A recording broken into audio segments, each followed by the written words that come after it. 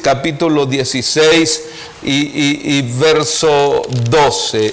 Dice así a la letra la santa palabra de Dios. Capítulo 16 y verso 12 dice de la siguiente manera: y el sexto ángel derramó su copa sobre el gran río Éufrates, y el agua de este se secó, para que estuviese preparado el camino de los reyes del oriente. Padre, gracias en el nombre de Jesús. Puede ocupar su lugar. Creo que es uno de los textos tan especiales en los que nosotros podemos ver que pareciera que no tienen ningún significado en particular. A veces al verlo así de repente, diría uno, a veces no tienen mucho que enseñarnos. Pero sí, quiero decirle que aquí inicia una serie de teorías que el hombre ha determinado muchas veces ponerlas en su cabeza. E incluso se hace mención la teoría de un hombre que debate lo que es el poder de la palabra. Joe Brown es un hombre que es estudioso, pero lamentablemente los hombres estudiosos a veces comparten una teoría o establecen una teoría muchas veces errónea. Y en este caso, este hombre no cree rotundamente en este verso, porque en este verso realmente nosotros estamos leyendo que dice que el sexto ángel derrama su copa sobre el gran río Éufrates. Ese río donde realmente acontecieron grandes milagros.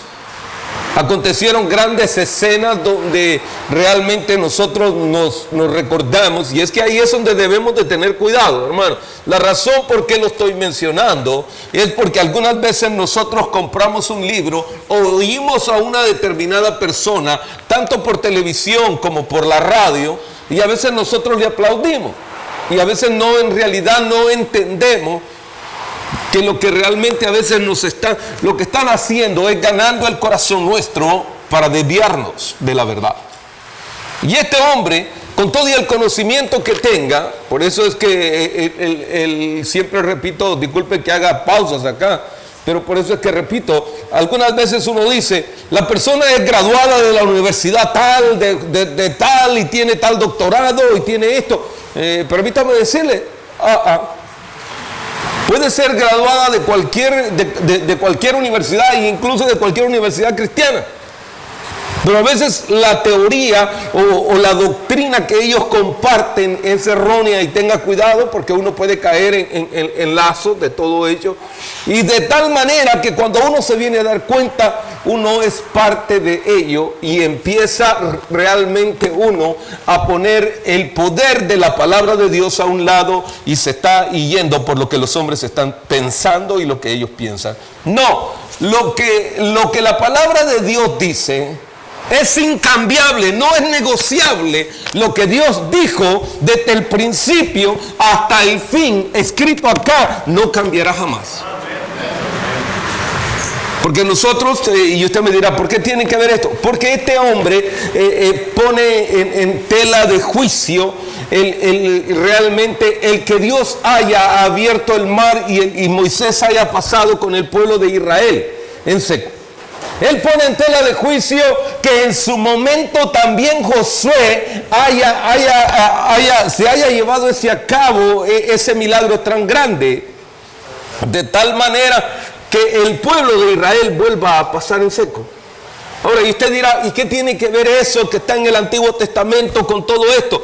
Porque si usted y yo leemos el texto realmente, el verso 12, dice, derramó su copa sobre el río Éufrates y el agua de este se secó. ¿Qué es lo que está diciendo literalmente el texto?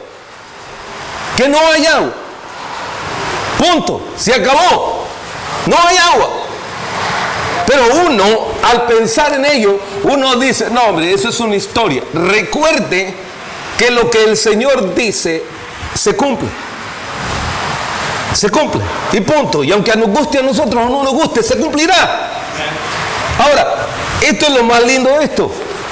Que el Señor hace que todo esto ocurra porque tiene un propósito.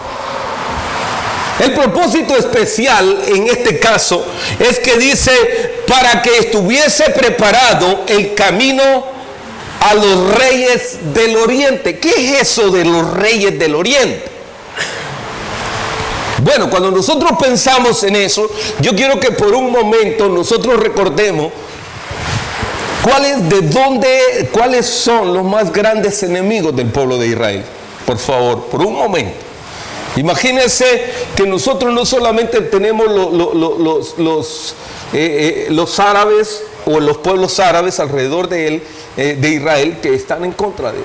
Pero aparte de eso, acá empieza a mencionar otros, como en el caso de India,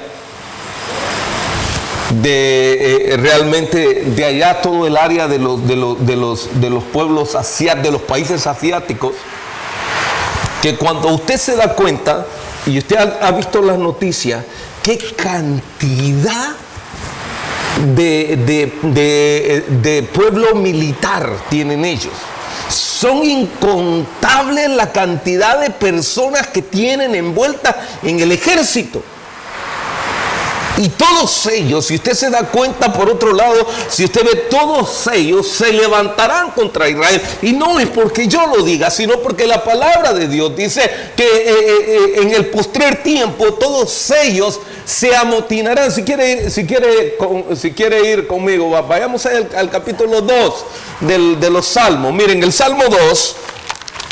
En el Salmo 2, allí dice realmente todo, algunas de las cosas que van a acontecer, y esto es profecía. En el Salmo 2 dice, porque se amotinan las gentes y los pueblos piensan cosas vanas.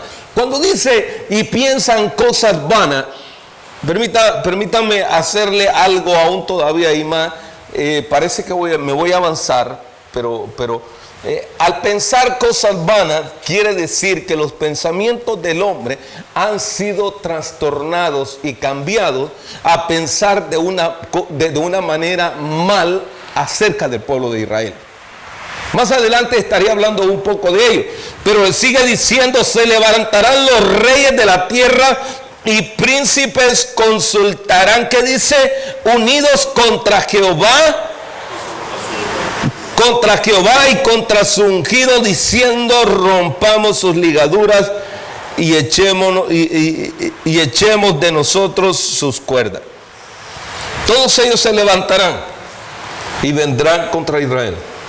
Porque recordemos una cosa, ellos vienen en contra del pueblo de Dios.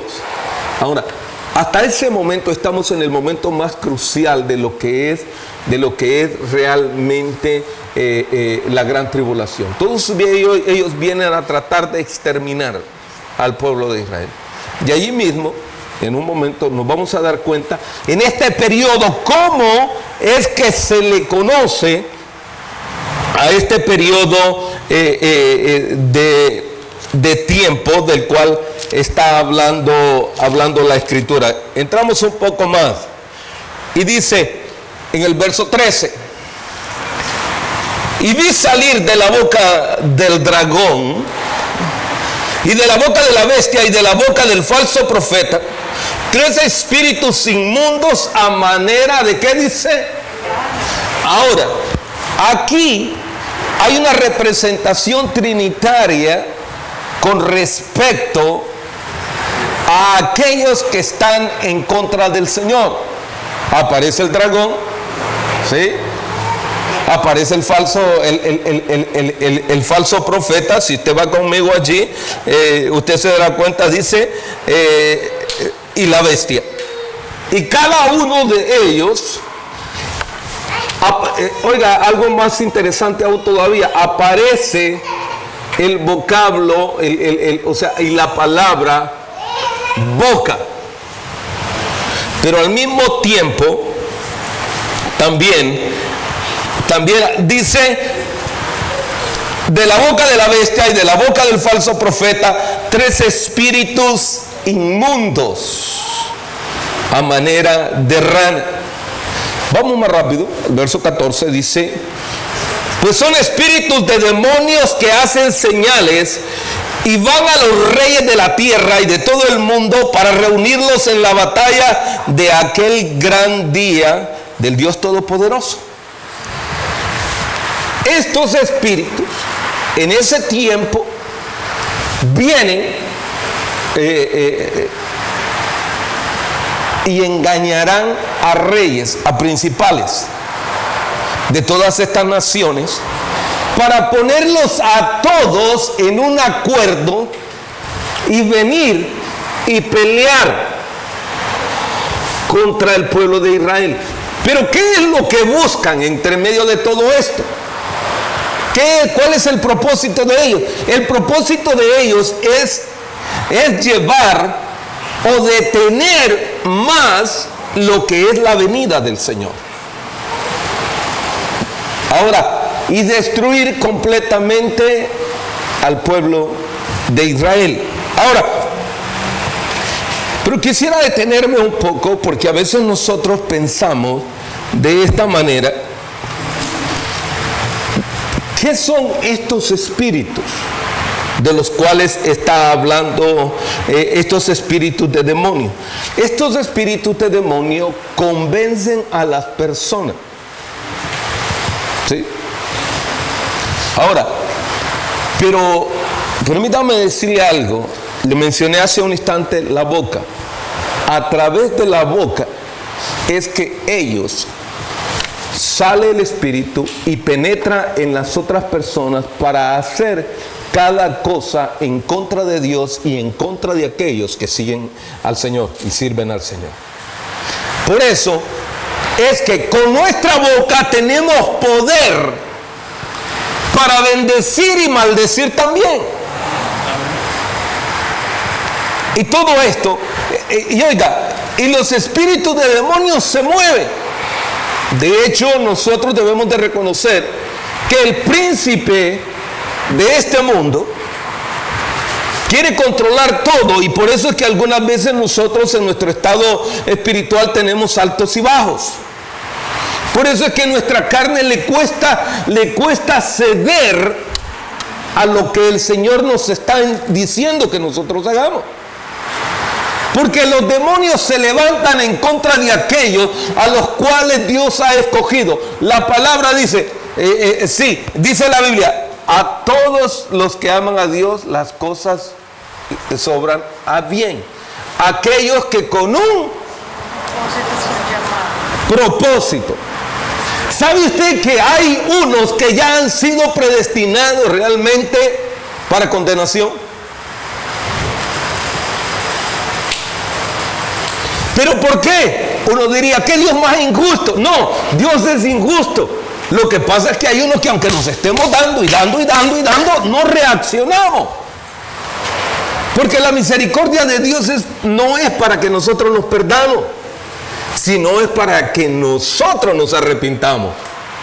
¿Sí? La misericordia de Dios no es para condenarnos, sino para traernos a restauración, a fortalecernos, a liberarnos del castigo final. Porque al final de todo esto, el Señor vencerá, el Señor triunfará. Somos muchos de nosotros engañados, somos muchos de nosotros a veces tomados y poseídos por una cuestión demoníaca. Y a veces uno dice, ¿será posible que yo, pastor, pero si tengo una vida tan consagrada? Mire, hay espíritus que no te dicen qué tan consagrado estás, ni nada de eso, ni cuál es el título que tengamos. Él siempre buscará la forma de atacarte y de meterse contra ti. Un pedacito que le demos nosotros una partecita que le demos nosotros, Él entra y nos va a hacer pedazos. Quiero hacer un paréntesis acá, y esto es para los jóvenes. Yo tenía aproximadamente como unos 14, 16 años. Pastor, hace rato, ahí en ese tiempo todavía se usaban las ruedas de barro. Sí, todavía, más o menos. Pero déjame decirse que había uno que era mucho mayor, que aproximadamente tendría ya él unos 20 años. Ahora, ¿sabe usted que él era? Él era de aquellas personas que toman todos los días. En otras palabras, él tenía un espíritu alcohólico ya bien impregnado en él. Pero me recuerdo que él tenía una mentira tan bárbara para poder engañar a todos los jóvenes en ese tiempo, que él venía y le decía, toma, le daba la botella, le decía, no, le decía el adolescente, no. Entonces él le decía, no hombre, si no te va a hacer nada, solamente pruébala. Y mira, es más, para que vayas probándola, venía a ver para los jóvenes el tapón, como se dice en el español, la tapadera de la botella. Venía a él y le echaba y le decía, toma, pruébalo. Ahora, esa tapadera que parecía una broma, hizo que muchos terminaran también igual que él, amarrados con ese espíritu. Porque hay espíritus engañadores. Y hay unos que se dejan usar por el enemigo para engañar a otros. Déjame ir otro poquito más para allá, para que usted se dé en Los Ángeles, San Fernando, San Francisco, por mucho. Nosotros oímos hablar de la prostitución de hombres, de mujeres, de adolescentes. Cuando están allá al otro lado les hacen un montón de promesas. En cuanto pasan acá, los ponen a prostituirse, siendo jóvenes, adolescentes y todo. Y en las calles hay una cantidad de todas esas calles. Ahora, hubo uno que es usado por el diablo con una mentira para engañarlos y atraparlos, y ahí están. Ahora, nosotros tenemos una lucha continua. A veces nosotros no queremos reaccionar y darnos cuenta que nosotros vivimos en un mundo donde el enemigo quiere a nosotros siempre aprisionarnos en cárceles de demonio y tener el control de nuestra vida. Y conoceréis la verdad, parece tan sencillo, y la verdad te hará libre, pero a veces no eres libre. Porque de repente estamos centrados otra vez en la misma cárcel, otra vez. Si nosotros no renunciamos a todo ello. Y usted me dirá, pastor, pero eso... Sí, le traje estos pensamientos para que si usted se dé cuenta que en esos postreros tiempos el espíritu todavía será aún todavía más fuerte, ya que todo esto tiene a veces que ver en contra del ministerio del Señor, ya que en el ministerio del Señor también el Señor durante su periodo Él decía, y el reino de Dios se ha acercado a vosotros, y Él se ha acercado para libertarnos de los espíritus, para romper las cadenas de opresión. O sea, el poder del Señor estaba basado en que Él venía a darnos libertad. ¿Cuántos milagros no hizo de personas que estaban endemoniadas? Ahora, por eso digo, creo que allí es donde nosotros empezamos a darnos cuenta que hay un propósito específico de parte de Dios al enviar a su Hijo. Pero el Hijo también manda y escoge a aquellos discípulos. Acompáñenme a Mateo capítulo 10 del verso 1 al 8. El Señor también hace eso, porque ya que Él quiere depositar sobre nosotros ese mismo poder, porque hay unos que están en cárceles de opresión. Y veamos lo que dice Mateo capítulo 10, verso 1. Y entonces, llamando a sus 12 discípulos, les dio autoridad sobre, ¿qué dice? Espíritus inmundos. Ahora, pero lamentablemente, déjeme decirle, en nuestros días la gente cree que no. La gente cree que no hay ninguna cuestión de espíritus inmundos que se apoderan de algo. Déjeme decirle, hermano, hay unos que tienen un espíritu inmundo de mentira. Y ese es un espíritu. Mientras nosotros no lo desechemos de nuestra vida, siempre estará allí, vez tras vez, día tras día, hora tras hora, siempre tomando y poseyendo y tomando un lugar en nuestra vida. Por eso es que la gente que no es cristiana dice muchas veces de nosotros, para ser así como él es, para ser así como es ella, prefiero no estar en el evangelio. Entonces, no es que nosotros estemos en el evangelio para complacer a nadie. Nosotros no vamos a complacer a nadie, porque no venimos al evangelio para complacer a alguien, sino para tener una relación con Dios. Y la relación que tenemos con Dios, esa va a dar testimonio de lo que yo soy en el Señor. Y entonces se cumple la escritura: y vosotros seréis la luz del mundo, y vosotros seréis la sal del mundo. Ahora, sigue diciendo acá mismo, autoridad sobre los espíritus inmundos para que echasen fuera y para sanar toda enfermedad y toda dolencia. Ahí aparecen los nombres de todos ellos.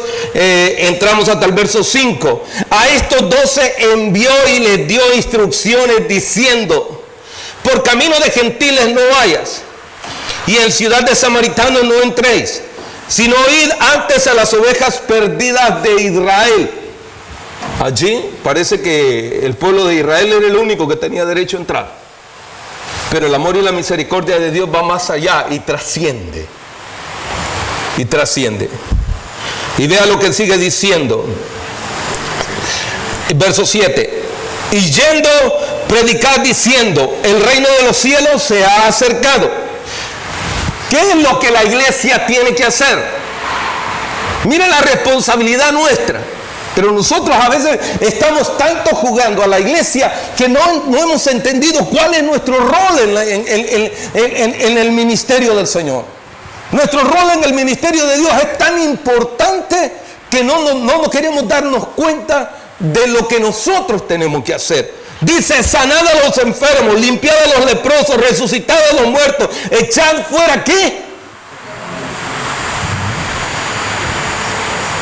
Pero ¿cómo vamos a echar afuera nosotros un demonio de alguna persona que esté poseída, cuando nosotros mismos todo aquello nos parece extraño?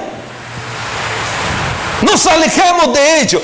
Oiga, mi hermano, pero permítame un rato. Si yo le dijera a Dani: ve y toca la guitarra, y usted me diría: ¿por qué dice eso? ¿Y qué hacía David en su momento cuando tocaba? ¿Qué dice? Tocaba el arpa. ¿Y qué pasaba? ¿Qué pasaba? El demonio que se apoderaba de David. Pero como a nosotros todo eso nos parece raro.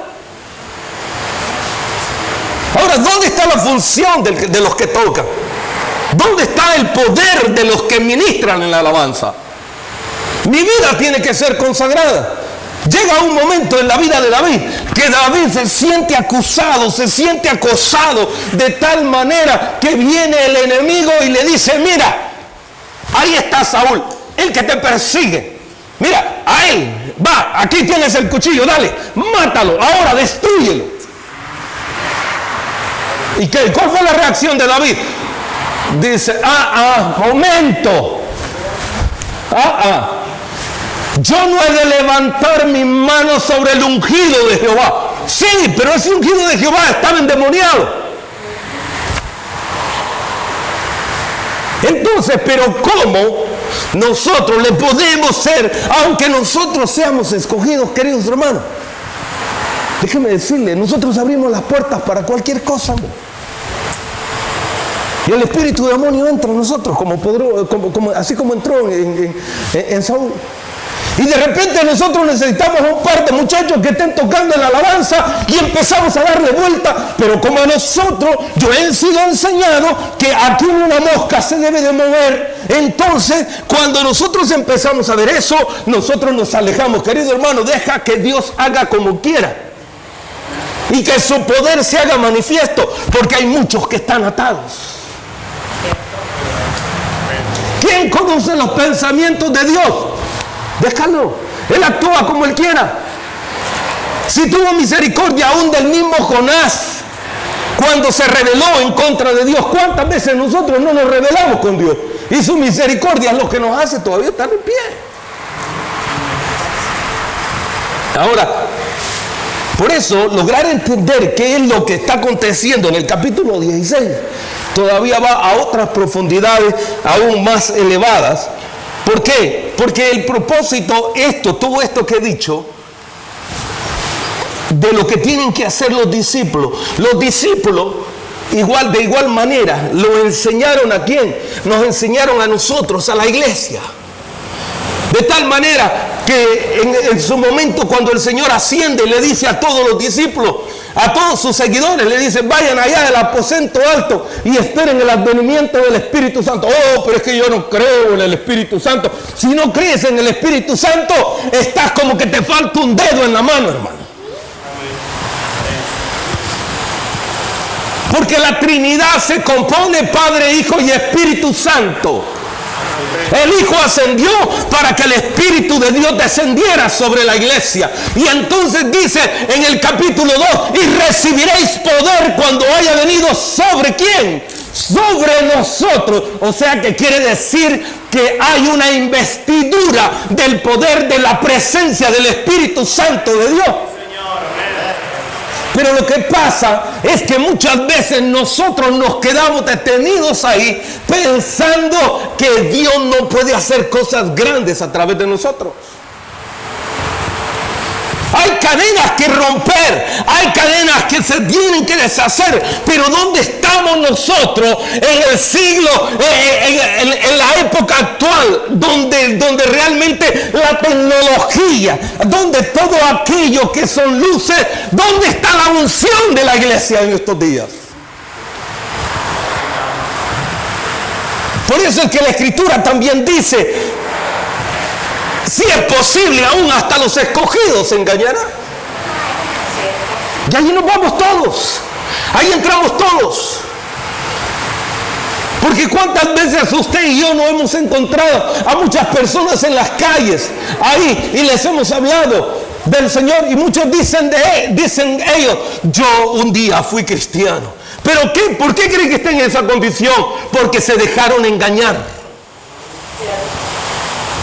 Ahora, ¿por qué nosotros tenemos que dejarnos engañar cuando escuchamos la palabra, cuando se nos predica, cuando se nos enseña? Y que dice: y sí, y conoceremos la verdad, y aquel que conociere al Hijo conocerá al Padre también. ¿Por qué? Porque el Espíritu nos enseñará lo que debéis de hacer. Pero como no atendemos lo que el Espíritu nos dice, nosotros caminamos como nosotros creemos y decimos. Yo le voy a decir: el Espíritu Santo jamás te va a decir que te tires a un precipicio, te lo garantizo. Pero sí un demonio.